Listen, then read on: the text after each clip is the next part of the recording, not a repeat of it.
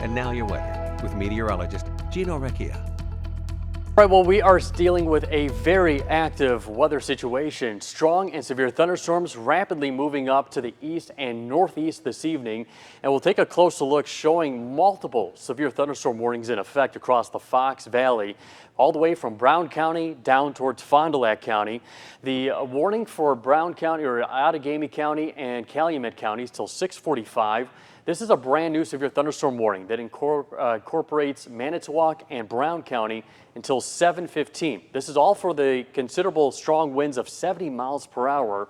We still have the warning for Oshkosh and Winnebago County, but the worst of the storm is now lifting out of that county. And then down towards Fond du Lac County, still until 6:15 as well. But you can see that leading edge of that storm moving off to the east and northeast. So we'll see if the Milwaukee office, since they're in charge of Fond du Lac County, if they add another severe thunderstorm warning downstream of what's currently being happening. So here's the wind velocity. We've been seeing some wind gusts approaching 70 to 80 miles per hour earlier, about 15 minutes ago, down towards Oshkosh. Now keep in mind, the radar scan at that elevation is about 3,000 feet. So sometimes the winds are a little bit stronger at that elevation, but closer towards the surface might be a little bit less, but still nonetheless, hence why we do have that severe thunderstorm warning up until 7:15 as the storm cluster moves up to the northeast. I plotted some locations here. Wrightstown showing an estimated arrival at 6:13, getting up towards De Pere around 6:22, Green Bay at 6:27, so just before 6:30. It's a strong line of storms that are moving in. We haven't really seen anything so far this afternoon. This seems to be the biggest punch that is expected from this whole severe weather event. There was also a little bit of some hail being reported with some of these storms down towards Winnebago County, off towards Waushara, Green Lake, Marquette counties as well. But it's mainly a wind damaging event system that is currently moving in.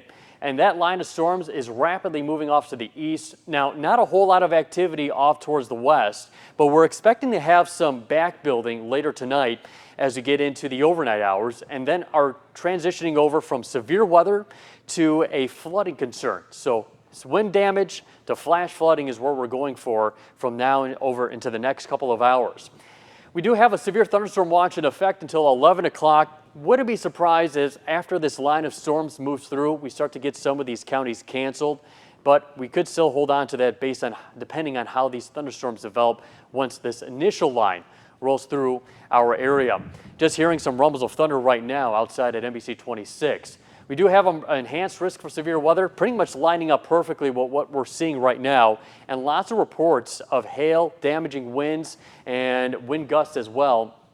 We had in Wautoma, wasn't too strong at 38 miles per hour. We had Berlin at 55 miles per hour, 58 at Whitman Airport at EAA. Lots of planes coming in here and trying to get in before that system departs out of our area.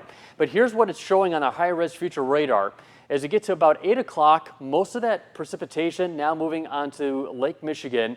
But then here comes that second round of showers and storms. And it looks like right now along and south of Highway 10 will be the heaviest of that rainfall and where we could be seeing the greatest risk for some flash flooding.